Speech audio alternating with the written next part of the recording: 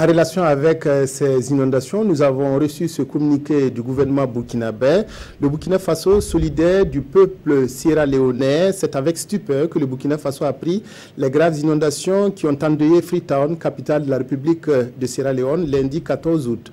Cette catastrophe naturelle a fait de nombreuses victimes et blessés et a causé d'importants dégâts matériels. Le gouvernement du Burkina Faso présente ses condoléances aux familles des victimes, au gouvernement sierra-léonais et au peuple ami et frères de la Sierra Leone. Il souhaite un prompt rétablissement à tous les blessés.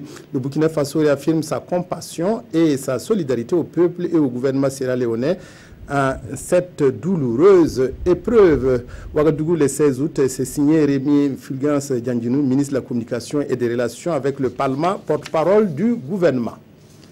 Un seul sujet dans les quotidiens de ce mercredi, l'attentat du café Aziz Istanbul. Les journaux évoquent les inquiétudes, mais aussi le refus de céder au découragement. Aimé Solange Guigma signe la revue de presse.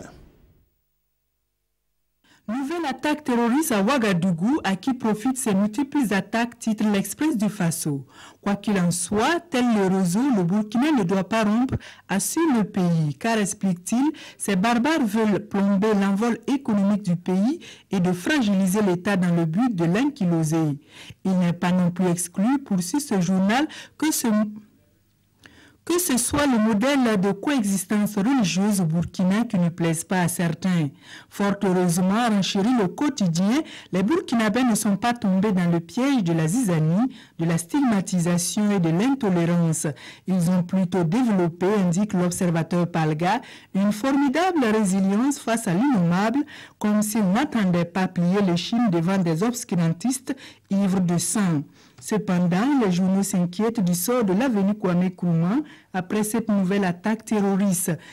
Si bien que Sidoya se demande ce qu'il adviendra des activités économiques sur cette artère vitale pour l'économie du pays. Ce qui est sûr pour le pays, Kwame Nkrumah ne doit pas mourir. Tout en saluant la réactivité et le professionnalisme des FDS, le pays pense qu'il faut y renforcer la sécurité en y augmentant le nombre de caméras de surveillance ainsi que dans les artères stratégiques de la capitale.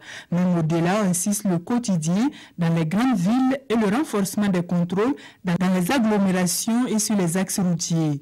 Outre l'économie, les conséquences de cette attaque peuvent s'avérer redoutables pour la cohésion sociale si les Burkinabés venaient à mettre fin à leur légendaire hospitalité. S'inquiète le pays, d'où la nécessité de se serrer les coudes, oublier les querelles, enterrer les rancœurs et s'unir dans une communauté de sorts, suggère aujourd'hui au Faso, car le Burkina, le Mali et tous les pays du Sahel sont en train de souffrir de la même maladie, celle du terrorisme. Seule une action unitaire de ces pays pourrait avoir l'efficacité escomptée. Mais la force du G5 Sahel ne serait pas la panacée, conclut l'observateur Palga.